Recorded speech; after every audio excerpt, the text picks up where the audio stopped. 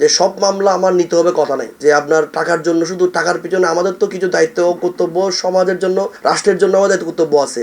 হাদিরে যেভাবে গুলি মারছে এইসব এক্সপার্ট শীর্ষ সন্ত্রাসী হলো আনাগোনা বাড়ি গিয়ে তৎপরতা বাড়ি গিয়ে আন্ডারগ্রাউন্ড ওয়ার্ল্ড যারা আছে আর কি। বিশেষ করে প্রার্থী যারা আছেন তাদের প্রতি আমার রিকোয়েস্ট থাকবে যে আপনারা নিজেরাই একটা নিরাপত্তা বলয় তৈরি করুন, পরিচিত মানুষকে দিয়ে, যাদেরকে আপনি চেনেন, যারা আপনার অত্যন্ত পরিচিত, এবং এই পরিচিত মানুষের মাঝে এবং নিরাপত্তা বলয়ের মাঝে যাতে অন্য কোনো অপরিচিত মানুষ এসে আপনার নিরাপত্তা বিঘ্নিত করতে না পারে।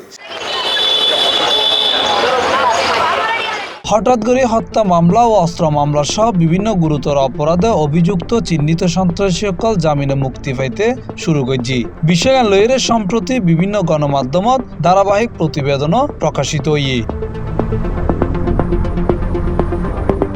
বিশেষ করে সম্প্রতি ইনকলাব মঞ্চের মুখপাত্র ও ডাহা ৮ আসনের স্বতন্ত্র সংসদ পদপ্রার্থী উসমান হাদিরে হামলার ঘটনায় এই বিষয়গান আরো বেশি আলোচনা হইয়ে, যে কারণে হাদিরুরে হামলায় জড়িত 2 অপরাধী এর আগে ডাহাতি ও অস্ত্র মামলায় কারাভোগ করে জামিনত মুক্তি পাইয়ে। তারা কিভাবে জামিন পাইয়ে ইয়ানো এখন বড় প্রশ্নই দাঁড়াইয়ে। শুধু ডাহা নয়, চট্টগ্রামতো একই চিত্র দেখা যায়। বিভিন্ন মামলার আসামিও চিহ্নিত সন্ত্রাসী সকল একের পর এক জামিন পার। এই কারণে জনমনে ব্যাপক আতঙ্ক ও নিরাপত্তাহীনতা তৈরি হইয়ে। বিশেষ করে সামনে নির্বাচন, এই নির্বাচনের সময় শীর্ষ সন্ত্রাসী সকল যদি তারা আনাগোনা বাড়ি যাবি, তারা যদি তৎপরে যাবি, তাহলে মানুষ নির্বিঘ্নে ভোটাধিকার প্রয়োগ করে ফেরত না। দেখলাম তো একজন এমপি প্রার্থী অলরেডি ভোট নগরী বললে উনিহা প্রকাশ করছি নারায়ণগঞ্জ, নিশ্চয় ওর কোনো নিরাপত্তা জনিত কারণে হইও। এইভাবে একজন চিটংতে একজন দেখা যাচ্ছে এরশাদুল্লাহ ভাই আহতই, ওর গুলিবিদ্ধ হয়ে তো মারা যাচ্ছে ফেরত, আল্লাহ ওরে হায়াত রাখি বলি না। একইভাবে হাদিরে যেভাবে গুলি মারছে এইসব এক্সপার্ট শীর্ষ সন্ত্রাসী হলো আনাগোনা বাড়ি গিয়ে তৎপরতা বাড়ি গিয়ে আন্ডারগ্রাউন্ড ওয়ার্ল্ড যারা আছে আর কি। ইতারে জামিন যাতে দ্রুত না পায়, প্রসিকিউশনের একটা তৎপরতা তখন পড়িব। বিশেষ করে পুলিশ প্রশাসন এবং আদালতের যারা আইন কর্মকর্তা আছে তারাও একসাথে এই ব্যাপারে যুগবদ্ধ ভূমিকা রাখা পড়বে। অ্যাটর্নি জেনারেলের চেম্বারে তো ভালো ভূমিকা রাখা পড়বে। 5 আগস্টের পরে বিভিন্ন সময়ে পুলিশের কার্যকারিতা লইয়েরা প্রশ্ন উঠিল, তারা নিয়মিত অভিযান চালাইরে একাধিক সন্ত্রাসীরে গ্রেফতার করছি, কিন্তু আইনের ফাঁকফোকর হাজত লাগাইরে এইসব আসামি অল্প সময়ের মধ্যে জামিনে মুক্ত হয়ে যার গই। দেখুন, 5ই আগস্ট পরবর্তী সময়ে সারা দেশের আইন শৃঙ্খলা পরিস্থিতি স্বাভাবিক এবং প্রত্যাশিত রাখার জন্য, জনগণের প্রত্যাশিত মাত্রায় রাখবার জন্য আমরা কিন্তু বড় এবং ব্যাপক আকারে, বিশেষ করে যারা আইন শৃঙ্খলা পরিস্থিতি স্বাভাবিক রাখতে বাধা দিচ্ছে কিংবা নানান নাশকতার সঙ্গে সম্পৃক্ত বলে আমরা মনে করছি, তাদের ব্যাপারে কিন্তু বড় ধরনের গ্রেপ্তারি কার্যক্রম আমাদের চলমান ছিল এবং বেশ কিছু গ্রেপ্তার হয়েছে। তো গ্রেপ্তার তো আমরা শুধু গ্রেপ্তার করতে পারি এবং তাদের বিরুদ্ধে যে অপরাধ, কী অপরাধে তারা সম্পৃক্ত এবং কী অপরাধ তারা করার সম্ভাবনা আছে, সেই বিষয়গুলো নিয়ে কিন্তু আমরা বিচার বিভাগকে জানাই। তো এটাই স্বাভাবিক প্রক্রিয়া। সেক্ষেত্রে সন্ত্রাসী বা অপরাধপ্রবণ মানুষগুলো কিন্তু নানানভাবে বেরিয়ে আসে।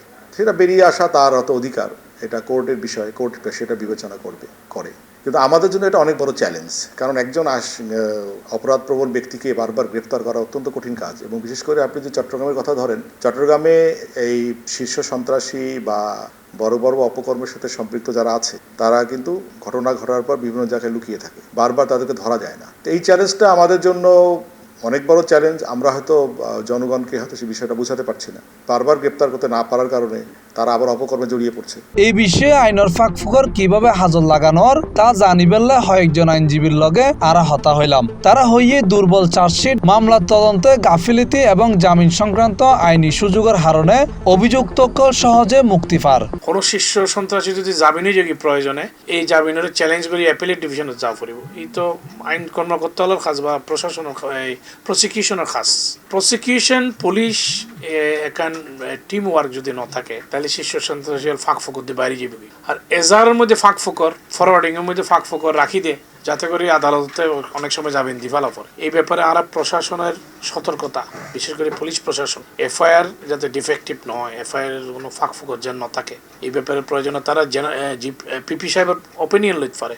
বহু সময় তারা চার্জশিট দেয়, চার্জশিটে ফাঁক ফোকর থাকে যে নিয়মিত চার্জশিট যিনি দুর্দর্শ মামলায় কিন্তু পিপিরে দেখন পরে, কিন্তু তারা ন দেখায়, তারা পিপিরে দেখাইতে ন চায়, তারা তো আগ্রহ নেই।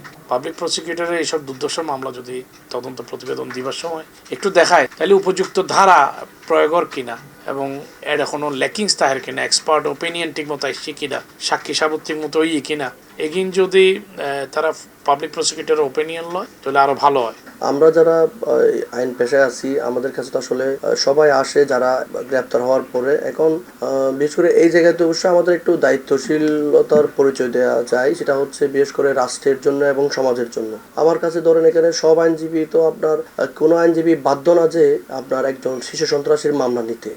তো এই জায়গায় যদি আমরা একটু যারা বিশেষ করে খুবই সমাজ এবং রাষ্ট্রের যে যারা সিরিয়াল কিলার বা যারা আপনার 15-20টা মামলার আসামি বা 3-4টা দেখতে পাচ্ছি যে আমরা পত্রিকায় বা বিভিন্ন সংবাদ মাধ্যমে এই সমাজের জন্য বা এই এরা খুনি বা এরা তো দেখা যায় কি আসলে যারা একেবারে 15-20টা মামলার আসামি তারা তো এমনি এমনি আসামি হচ্ছে না, তারা কোনো না কোনো অপরাধ তো করতেছে।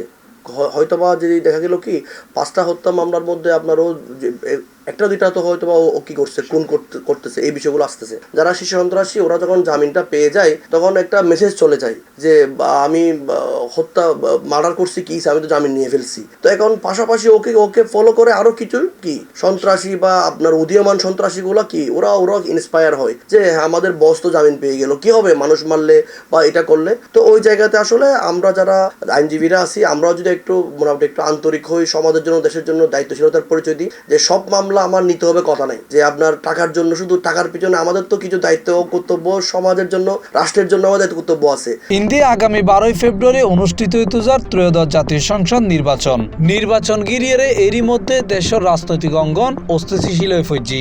তফসিল ঘোষণার পরদিনই ঢাকা 8 আসনের একজন সম্ভাব্য স্বতন্ত্র প্রার্থীর উড়ে প্রকাশ্যে দিনের আলোত ভয়াবহ হামলার ঘটনা আরো একেবারে দেশের আইন শৃঙ্খলা পরিস্থিতির বাস্তবতা তুলি ধরছে।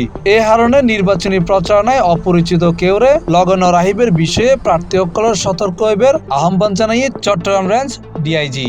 নির্বাচনের সাথে সম্পৃক্ত যারা রয়েছেন প্রার্থী, বিশেষ করে প্রার্থী যারা আছেন তাদের প্রতি আমার রিকোয়েস্ট থাকবে যে আপনারা নিজেরাই একটা নিরাপত্তা বলয় তৈরি করুন, পরিচিত মানুষকে দিয়ে, যাদেরকে আপনি চেনেন, যারা আপনার অত্যন্ত পরিচিত, এবং এই পরিচিত মানুষের মাঝে এবং নিরাপত্তা বলয়ের মাঝে যাতে অন্য কোনো অপরিচিত মানুষ এসে আপনার নিরাপত্তা বিঘ্নিত করতে না পারে সে ব্যাপারে আপনারা সতর্ক থাকবেন। এটা তাদের প্রতি আমার অনুরোধ। কারণ কোনো জনসভা থেকে বা কোনো কার্যক্রম থেকে যদি পুলিশ তাদের লোককে ধরে নিয়ে আসে সেটা শোভন হয় না, অশোভন হয়ে যায়। এজন্য আমরা তাদের প্রতি রিকোয়েস্ট করবো আপনারা একটু নিরাপত্তা বলয় তৈরি করেন। আমরা তো আমাদের মতো চেষ্টা করছি, দেখছি, এবং যদি কোনো সময় নিরাপত্তাহীনতার বিষয় থাকে আমাদের গোচরে আনুন, আমরা দেখব। কারণ আমরা চাই যে আপনার সঠিক নিরাপত্তার মাধ্যমে আপনারা প্রচারণা চালান এবং মানুষ যাকে ভোট দিতে চায়, একজন ভোটার যার পছন্দের ব্যক্তিকে ভোট দিতে চায় সেইটাকে আমরা এনশিওর করতে চাই।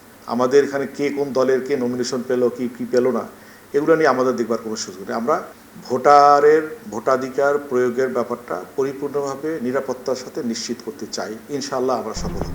এছাড়া আসন্ন নির্বাচনের সামনে রাখি অপরাধী অক্কলের উড়ে নজরদারি জোরদার গরিবের পাশাপাশি প্রার্থী অক্কলের নিরাপত্তা দিতে পুলিশ সর্বোচ্চ প্রস্তুত আছে বলে জানিয়ে তিনি পুরোপুরি নজরদারিতে আছে। যারা জামিনে বের হয়ে আসছে তারা অপরাধ করার চেষ্টা করছে, আমরা পুরো তাদের দিকে দৃষ্টি রাখছি।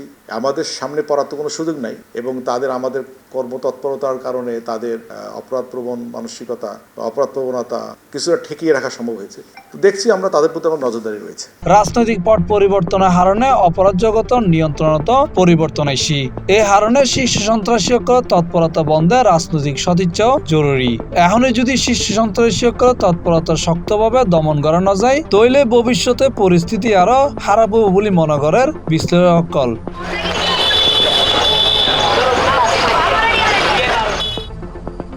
Mohammad Nizamuddin Tipu, C+ TV, Chittagong.